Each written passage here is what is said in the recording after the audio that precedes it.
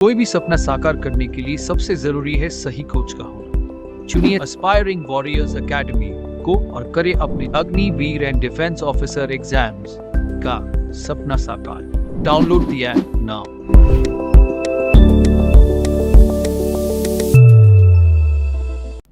जय हिंद, welcome to all of you. आपका अपने YouTube चैनल एस्पायरिंग वॉरियर्स में स्वागत है। आज हम जीएस का कुछ प्रैक्टिस सेट लेके आए हैं वाई ग्रुप के लिए। तो चलिए स्टार्ट करते हैं। क्वेश्चन नंबर फर्स्ट की बात करेंगे। ध्यान दीजिएगा, क्वेश्चन नंबर फर्स्ट है, हमारे सौर मंडल के किस ग्रह को पृथ्वी के जुड़वा बहन के नाम से जाना जाता है।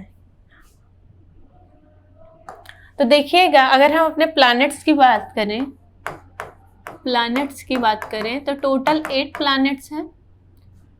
8 में अगर हम बात करें, मरकरी हो गया सबसे नंबर फर्स्ट पे, मरकरी, फिर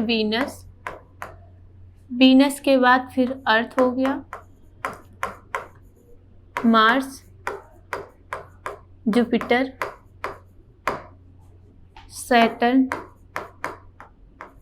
सैटर्न, यूरेनस और नेपच्यून हो गया।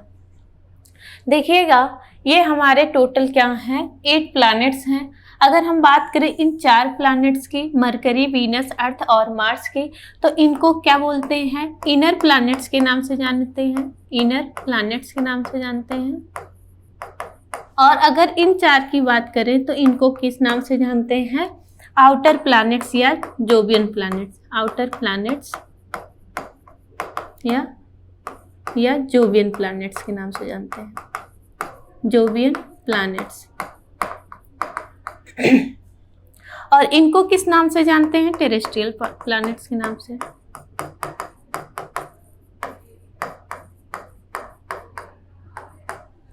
इनके बीच जो है एस्टेरॉयड्स बेल्ट्स पाई जाती हैं, एस्टेरॉयड्स बेल्ट पाई जाती हैं।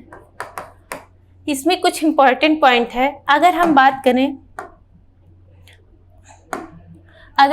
करें मरकरी का, तो मरकरी में नो सैटेलाइट,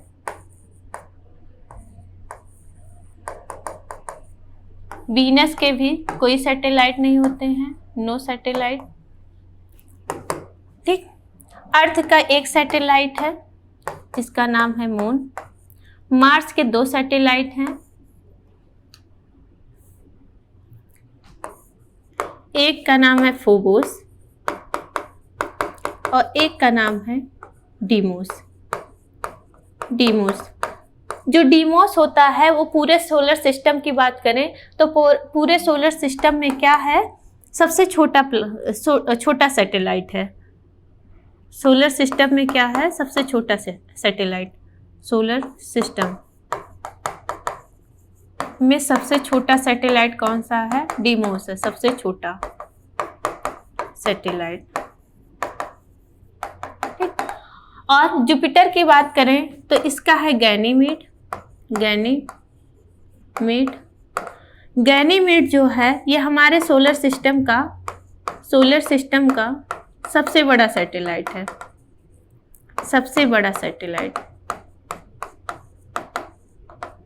बड़ा सैटेलाइट है। ठीक। सैटर्न की बात करें तो सैटर्न के सैटेलाइट का नाम है टाइटन। नेपच्यून के सैटेलाइट का नाम है ट्राइटन। ये पॉइंट याद रखिएगा। टाइटन और ट्राइटन में कंफ्यूजन होता है। टाइटन जो है सैटर्न का है और नेपच्यून जो है ट्राइटन, ये याद रखिएगा। अगर आपसे पूरे सोलर सिस्टम में सबसे छोटा सैटेलाइट पूछा जाएगा तो डीमोस है, जो कि किसका सैटेलाइट है, मार्स का। और सबसे बड़ा सैटेलाइट की बात किया जाएगा पूरे सोलर सिस्टम में, तो पूरे सोलर सिस्टम में जुपिटर का सैटेलाइट है जिसका नाम है गैनीमेड। अब देखिए क्वेश्चन क्या पूछा गया है, हमारे सौर मंडल के किस ग्रह को पृथ्वी के जुड़वा बहन के नाम से जाना जाता है।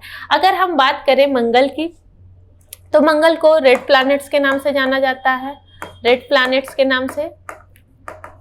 अर्थ को हमारे किस नाम से जाना जाता है, ब्लू प्लैनेट्स के नाम से जाना जाता है। अगर हम ये वीनस की बात करें तो इनको अर्थ ट्विंस के नाम से जाना जाता है, अर्थ ट्विंस के नाम से जाना जाता है। और इनके कई नाम हैं, आप लोग स्क्रीनशॉट ले लीजिए, फिर हम इसको क्लियर करें तो यहाँ होता है। अगर हम वीनस की बात करें, वीनस मतलब शुक्र की बात करें, तो शुक्र को किस किस नाम से जाना जाता है? जुड़वा बहन के नाम से जाना जाता है, बहन के नाम से जाना जाता है। ठीक। दूसरी बात, इनको सांझ का तारा मतलब इवनिंग स्टार,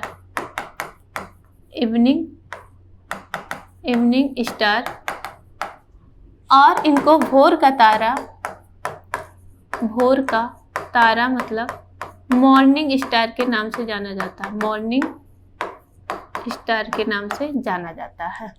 सांझ का तारा और भोर का तारा क्यों कहा जाता है, इवनिंग स्टार या मॉर्निंग स्टार क्यों कहा जाता है? तो ध्यान दीजिएगा, ये शाम के टाइम हमको वेस्ट में दिखाई देता है, वेस्ट में दिखाई देगा, और अगर मॉर्निंग की बात करें तो मॉर्निंग के टाइम हमको ये ईस्ट में दिखाई देता है, इसीलिए इसको सांझ का तारा, भोर का तारा कहा जाता है। जुड़वा बहन के नाम से जाना जाता है। आपसे पूछा जाए सबसे चमकीला तारा कौन सा है, सबसे चमकीला ग्रह कौन सा है? शाइनिंग स्टार जिसको बोलते हैं, चमकीला या शाइनिंग प्लैनेट्स। सबसे चमकीला ग्रह कौन सा है? वीनस है। वीनस का अगर हम रिवोल्यूशन टाइम की बात करें, रिवोल्यूशन टाइम इसका कितना है? रिवोल्यूशन टाइम कितना है? रिवोल्यूशन का मतलब ये होता है कि जब ये किसी स्टार के चारों तरफ क्या होगी, ये जानते हैं आप लोग कि जो हमारा सन है, सन के चारों तरफ ये 8 प्लैनेट्स जो हैं ये क्या करते हैं? रिवोल्यूशन करते हैं, मतलब चक्कर लगाते हैं। तो रिवोल्यूशन टाइम का मतलब ये हुआ किसी स्टार के चारों तरफ चक्कर लगाना ही उसको क्या कहा जाता है? रिवोल्यूशन कहा जाता है। अगर वो प्लैनेट्स अपने एक्सिस पे रोटेट कर रहा है तो उसको रोटेशन कहा जाता है। तो याद रखिएगा, इनका टाइम पीरियड 225 रिवोल्यूशन टाइम होता है 225 डेज, या किसी बुक में दिया गया है 255 डेज। तो ये पॉइंट याद रखिएगा।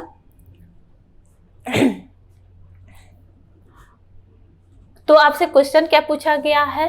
पृथ्वी के जुड़वा बहन के नाम से किसको जाना जाता है? वीनस को जाना जाता है। आपका राइट आंसर क्या हो जाएगा? वीनस हो जाएगा। यहाँ आप इंग्लिश सही कर लीजिएगा, यहाँ बी ऑप्शन में यहाँ वीनस रहेगा, मरकरी नहीं रहेगा, ये गलत किए हैं। बस आपका ये आंसर आपका राइट आंसर हो जाएगा। चलिए नेक्स्ट क्वेश्चन की बात करते हैं।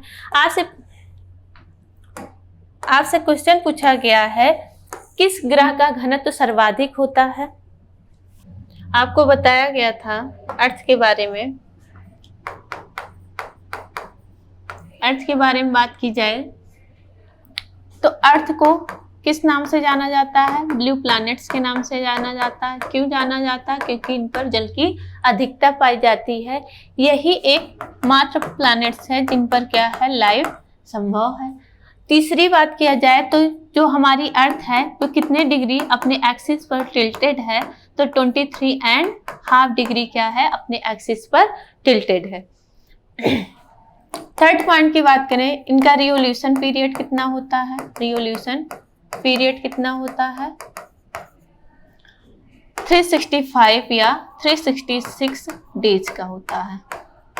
वो अलग बात है, आप लोग पढ़े होंगे 365 डेज, इतने घंटे इतने दिन, वो सब अलग बात है। लेकिन अगर टोटल देखा जाएगा 365 या 366 डेज। अब देखिए इनका रोटेशन पीरियड कितना है? रोटेशन पीरियड, तो इनका रोटेशन पीरियड है 24 आवर्स का होता है। ठीक, ये पॉइंट आप लोग याद रखिएगा। तो इसमें पूछा जा रहा है किस ग्रह का घनत्व सर्वाधिक होता है? तो हमारी अर्थ का घनत्व सर्वाधिक होता है। अब अगर आपसे पूछा जाए डिस्टेंस के बेसिस पर, डिस्टेंस के बेसिस पे, on the basis of distance, on the basis of distance, distance के बेसिस पर देखा जाए तो हमारी अर्थ का कौन सी हमारी अर्थ किस पोजीशन पर है, तो आपको बताया गया था पहले मरकरी आएगा, फिर वीनस आएगा, मरकरी आएगा, वीनस आएगा, फिर उसके बाद अर्थ आएगा। तो ये हमारा क्या है, सन है। ये हमारा क्या है, सन है। तो देखा जाए ये किस नंबर पे आ रही है, थर्ड नंबर पे। अगर डिस्टेंस के बेसिस पर देखा जाएगा तो ये थर्ड नंबर पे आ रही है।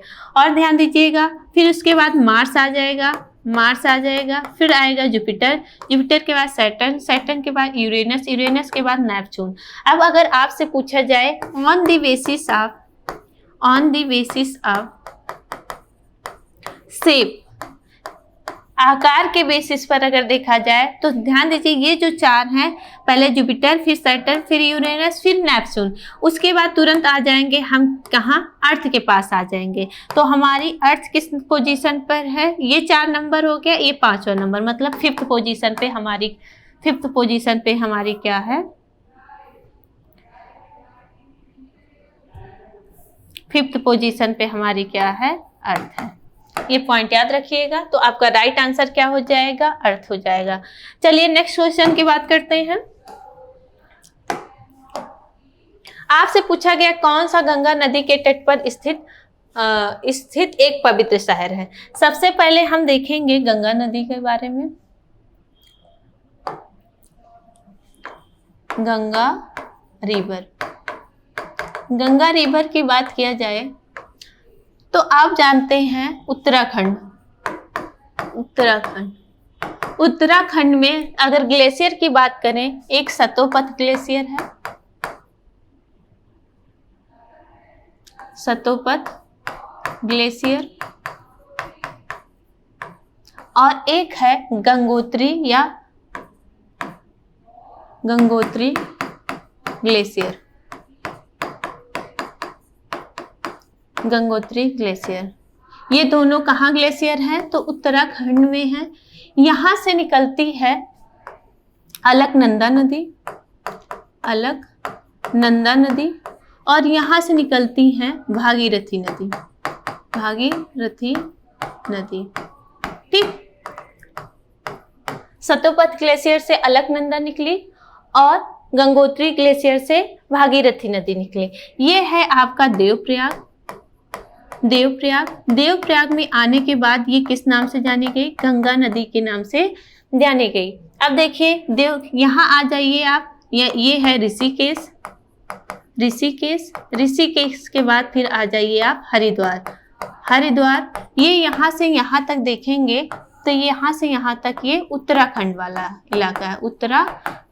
इलाका है। ठीक, अब उसके बाद ये हरिद्वार के बाद इंडिया में एंटर करती है। ये बिजनौर हो गया, बिजनौर के बाद ये नरौरा के बाद ये फर्रुखाबाद में। ध्यान दीजिएगा, बिजनौर, नरौरा, फर्रुखाबाद।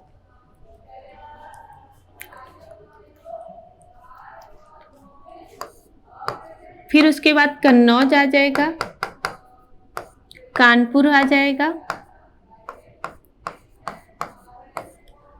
कन्नौज हो गया, कानपुर हो गया, फतेहपुर हो गया, फतेहपुर। फिर उसके बाद आ जाइए आप प्रयागराज। कहाँ से क्या पूछा गया, ये हमारा सारा इलाका क्या है, यूपी का है। इसके बाद देखिएगा गाजीपुर आएगा, यहाँ से वाराणसी आएगा, गाजीपुर हो गया, गाजीपुर, वाराणसी। फिर उसके बाद वो बिहार में एंटर करेगी, बिहार में एंटर करने के बाद फिर झारखंड के बाद फिर वो वेस्ट बंगाल में एंटर करती है। और वेस्ट बंगाल में ये 2 भागों में जो फरक्का बैराज है, फरक्का बैराज से ये 2 भागों में बढ़ जाएगी।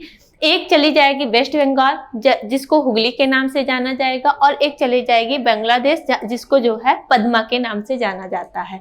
तो आपसे क्वेश्चन क्या पूछा गया है, कौन सा गंगा के तट पर स्थित एक पवित्र शहर है, हरिद्वार है, मथुरा है, कानपुर या इलाहाबाद? तो देखिएगा, अभी आपने देखा कि हमने हरिद्वार की बात की, तो ये हरिद्वार आपका ये हो गया। फिर उसके बाद कानपुर देखिएगा, कानपुर आपका यहाँ है, और इलाहाबाद मतलब प्रयागराज आपका यहाँ है। तो तीनों शहर देख रहे हैं आप, गंगा नदी के तट पर है। सिर्फ मथुरा नहीं है। मथुरा किस नदी के तट पर है? तो यमुना रिवर के तट पर है। ये आप देखिएगा, आपका राइट आंसर क्या हो जाएगा? बी आपका राइट आंसर हो जाएगा। चलिए नेक्स्ट क्वेश्चन की बात करते हैं। इसमें पूछा गया है रसिकबिल झील कहाँ है? आइए देखते हैं। अगर हम बात करें वेस्ट बंगाल की, हाँ पहला ऑप्शन है वेस्ट बंगाल। तो देखिएगा, वेस्ट बंगाल में देखा जाएगा तो वेस्ट बंगाल में रसिकाबिल झील है। कौन सी झील है? रसिकाबिल झील है। ठीक। जम्मू कश्मीर में बात करेंगे तो जम्मू कश्मीर में बहुत सारी झीलें हैं, जैसे डल झील हो गया, बुलर झील हो गया, शेषनाग झील हो गया, वेरीनाग झील हो गया,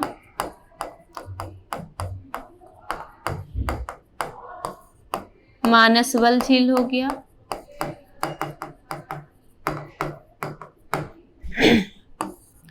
मानसबल के बाद नागिन झील हो गया, नागिन झील हो गया। ठीक, ये आपकी हो गई जम्मू एंड कश्मीर में। अब अगर हम बात करें मणिपुर की, तो मणिपुर की बात किया जाए तो मणिपुर में कौन कौन सी झीलें हैं? मणिपुर में सिर्फ एक इम्पॉर्टेंट झील है जिसका नाम है लोकटक झील। लोकटक झील, जिस पर क्या है? केबुल लामजाओ नेशनल पार्क है। कौन सा नेशनल पार्क?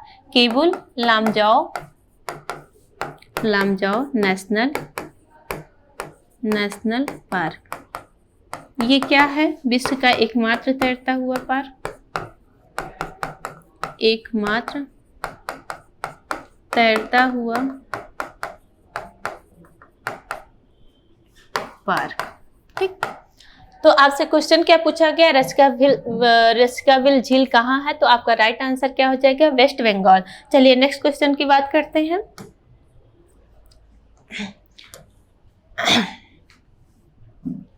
आपसे पूछा गया है कंकाल झील कहाँ है?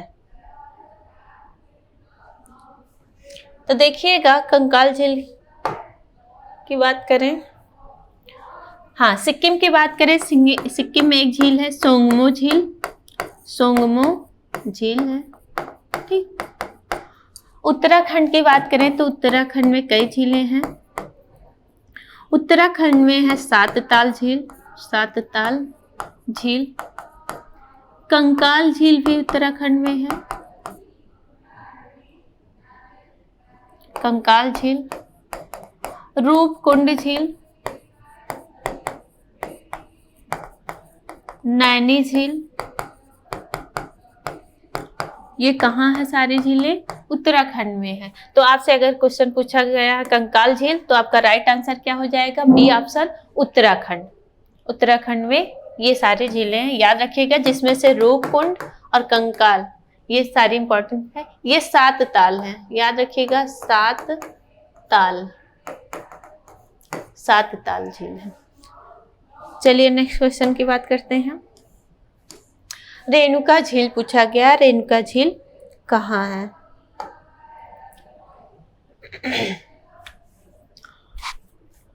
राजस्थान में पहले देख लें, राजस्थान में कौन कौन सी झीलें हैं। राजस्थान में सांभर झील है, डिडवाना झील है,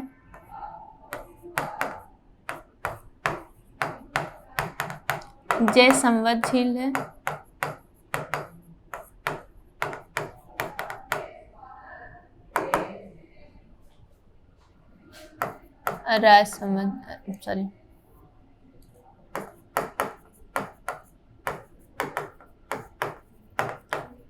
संवत झील है। आपसे पूछा गया है रेणुका झील। चलिए ध्यान दीजिएगा, हिमाचल प्रदेश में देखा जाए कौन कौन सी है। हिमाचल प्रदेश में तो इसमें है सूरजताल झील, सूरजताल,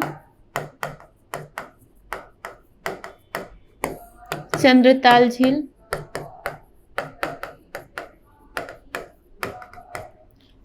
नाको झील और रेणुका झील। रेणुका झील। तो आपका राइट आंसर क्या हो जाएगा? अभी जम्मू कश्मीर के बारे में आपको बता ही दिया गया है। आपका राइट आंसर क्या हो जाएगा? बी आपका राइट आंसर हो जाएगा। चलिए ध्यान दीजिएगा। राजस्थान में आपने देखा था डिडवाना झील, कंकरिया झील कहाँ है पूछा गया है। तो राजस्थान में आपने देखा था सांभर झील, डिडवाना झील, जयसंभर झील, राजसंभर झील, ये सारी कहाँ थी? तो राजस्थान में थी। हिमाचल प्रदेश में आपने देखा था रेणुका झील थी, सूरजताल झील थी और चंद्रताल झील थी, नाको झील थी। अब आपसे पूछा कि जम्मू कश्मीर में आपने देखा था डल झील, वुलर झील, शेषनाग झील, वेरीनाग झील और उसके बाद नागिन झील, मानसबल झील, ये सारी झीलें कहाँ थी? जम्मू कश्मीर में थी। अब देखिए गुजरात की बात करें, गुजरात में है नल सरोवर झील और उसके बाद दूसरी कौन सी है? तो कंकरिया झील जो है, कंकरिया झील कहाँ है? ये गुजरात में है। आपका राइट आंसर क्या हो जाएगा? डी ऑप्शन आपका राइट आंसर हो जाएगा। चलिए नेक्स्ट क्वेश्चन की बात करते हैं। आपसे पूछा गया है साहित्य अकादमी पुरस्कार 2022 के लिए all the lives we never lived नामक रहेगा भैया। ये क्या है? नामक एक उपन्यास का चयन किया गया है। किसके द्वारा? बीना गुप्ता के द्वारा, बद्री नारायण के द्वारा, अनुराधा राय के द्वारा, रश्मि चौधरी के द्वारा। सबसे पहले हम साहित्य अकादमी पुरस्कार की बात करेंगे। साहित्य अकादमी पुरस्कार। तो साहित्य अकादमी पुरस्कार की बात करें तो शुरुआत कब हुई है इसकी? 1954 में इसकी क्या की गई है? शुरुआत की गई है। अगर देखा जाए तो ये शुरुआत में कितनी भाषाओं में दिया जाता था? 22 भाषाओं में दिया जाता था। जो हमारे कॉन्स्टिट्यूशन में 8वीं अनुसूची है, 8वीं शेड्यूल है, उसमें 22 भाषाओं का उल्लेख किया गया है। उस 22 भाषाओं को साहित्य अकादमी पुरस्कार दिया जाता था। लेकिन अब चेंज होके क्या हो गया है? 24 भाषाओं में कौन सा ऐड हो गया? 2 भाषा, अंग्रेजी और राजस्थानी जो है, अंग्रेजी और राजस्थानी ये ऐड हो गया है। तो आपसे क्वेश्चन क्या पूछा गया है? साहित्य अकादमी नामक एक उपन्यास। अच्छा, आपका राइट आंसर क्या हो जाएगा? बी ऑप्शन राइट हो जाएगा, अनुराधा राय। चलिए नेक्स्ट क्वेश्चन की बात करते हैं। साहित्य अकादमी ने 22 दिसंबर 2022 को कितनी भाषाओं में अपने वार्षिक साहित्य के पुरस्कारों की? तो ध्यान दीजिएगा, इसमें 22 भाषाएं दी गई हैं। तो आपका राइट आंसर क्या हो जाएगा? 22 भाषाएं आपका राइट आंसर हो जाएगा। चलिए नेक्स्ट क्वेश्चन की बात करते हैं। पूछा गया दिसंबर 2022 में SBI फंड्स मैनेजमेंट लिमिटेड के प्रबंधक निदेशक और मुख्य कार्यकारी अधिकारी के रूप में किसे नियुक्त किया गया? शमशेर सिंह, DP सिंह, शमशेर सिंह है भाई, शमशेर सिंह, DP सिंह, विनय एस्टोनसे, RS श्रीनिवास जैन। तो आपका राइट आंसर क्या हो जाएगा? ए ऑप्शन आपका राइट आंसर हो जाएगा, शमशेर सिंह। चलिए नेक्स्ट क्वेश्चन की बात करते हैं। भारत की कुल संपूर्ण तटीय सीमा की लंबाई, ये है सीमा की लंबाई। आपका ये क्या है? तटीय इलाका है। ठीक, अब आपसे पूछ रहा है तटीय इलाका, इधर देखेंगे अंडमान निकोबार है। ठीक, ये क्या है? वे ऑफ बंगाल है इधर, और इधर है अरेबियन सी है। अब आपसे पूछ रहा है ये जो तटीय इलाका है पूरा, इसकी सीमा कितनी है? तो ध्यान दीजिएगा, अगर सिर्फ तटीय इलाके की बात किया जाएगा तो 6100 है, 6100। लेकिन आपसे पूछा गया कुल, तो आपका हो जाएगा 7516 किलोमीटर, आपका राइट आंसर हो जाएगा।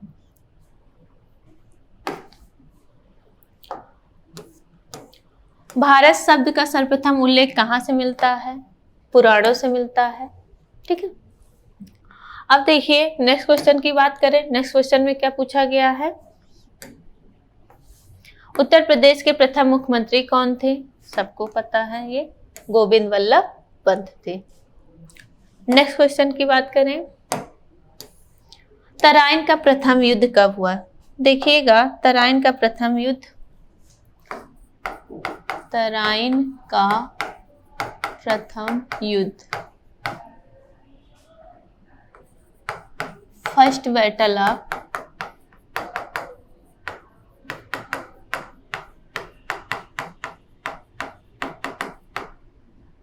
कब हुआ है? 1191 में हुआ है।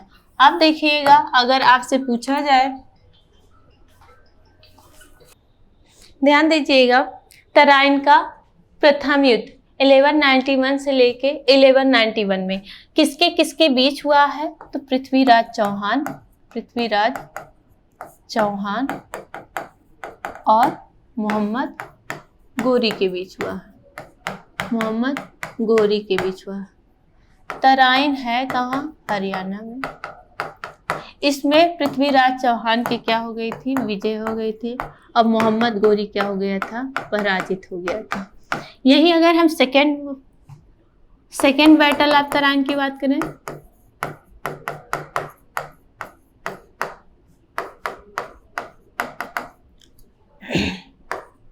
किसके किसके बीच हुआ है? ये भी पृथ्वीराज चौहान और कब हुआ है? 1192 में। पृथ्वीराज चौहान और किसके बीच हुआ है? मोहम्मद गोरी के बीच हुआ है। इसमें पृथ्वीराज चौहान क्या हो गया था? पराजित हो गया था। ठीक, आपसे पूछा गया कब हुआ है? तो 1191 में हुआ है। 1194 में क्या हुआ है? चंदावर का युद्ध हुआ है। चंदावर का युद्ध किसके किसके बीच हुआ है? तो मोहम्मद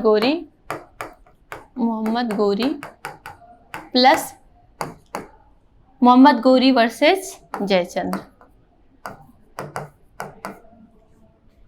चलिए नेक्स्ट क्वेश्चन की बात करते हैं।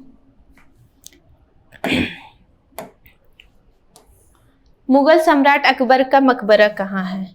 देखिएगा, अगर हम बात करें मुगल वंश के प्रमुख शासकों का मकबरा, मुगल वंश के प्रमुख शासक का मकबरा, ये हो गए आपके शासक और ये हो गया मकबरा। सबसे पहले अगर हम हुमायूं की बात करें, बाबर की बात करें, तो बाबर को सबसे पहले अगर देखा जाए तो आराम बाग में दफनाया गया था। उसके बाद फिर काबुल में ले जाया गया, तो काबुल में इनका है। बाबर के बाद फिर हुमायूं की बात करें, हुमायूं का दिल्ली में है।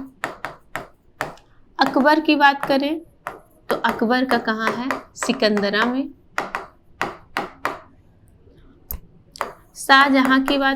जहांगीर की बात करें तो इनका है लाहौर।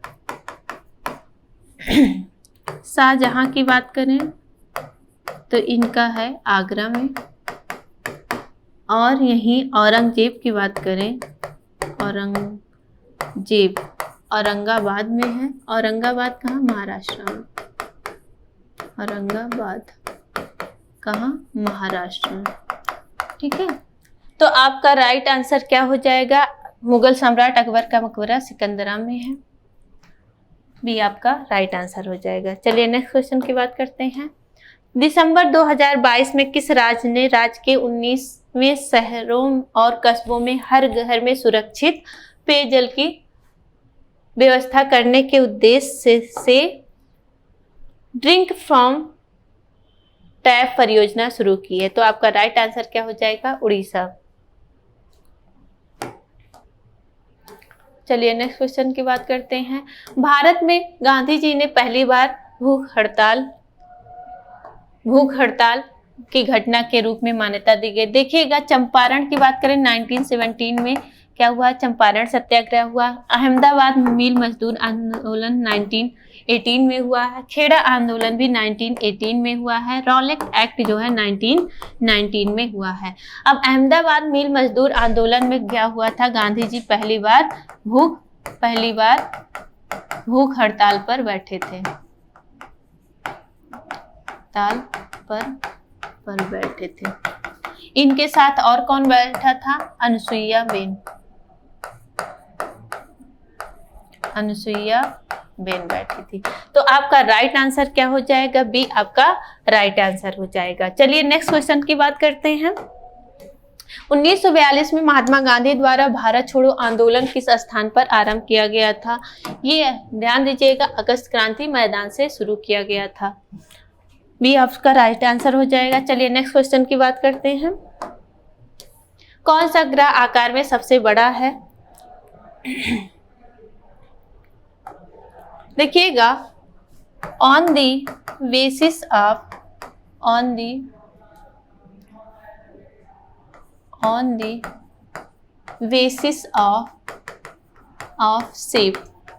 शेप के आधार पर, तो सबसे पहले आएगा आपका जुपिटर के बाद सैटर्न के बाद फिर यूरेनस के बाद नेपच्यून के बाद फिर अर्थ आएगा, अर्थ के बाद फिर वीनस आएगा, वीनस के बाद मार्स के बाद फिर मरकरी आ जाएगा। तो इसमें देखना है on the basis of shape के आधार पर कौन सा, इसमें क्या क्या दिया गया है, जुपिटर, सैटर्न, यूरेनस, नेपच्यून, अर्थ दिया गया है। तो आपका राइट आंसर क्या हो जाएगा, अर्थ हो जाएगा आपका राइट आंसर। चलिए सब लास्ट क्वेश्चन की बात करते हैं। लास्ट क्वेश्चन में मध्य हिमालय को नेपाल में किस नाम से जाना जाता है, देखिएगा, मध्य हिमालय को अलग अलग प्रदेशों में अलग अलग नाम से जाना जाता है। जैसे अगर हम पीर पंजाल की बात करें तो जम्मू कश्मीर में मध्य हिमालय को पीर पंजाल के नाम से जाना जाता है।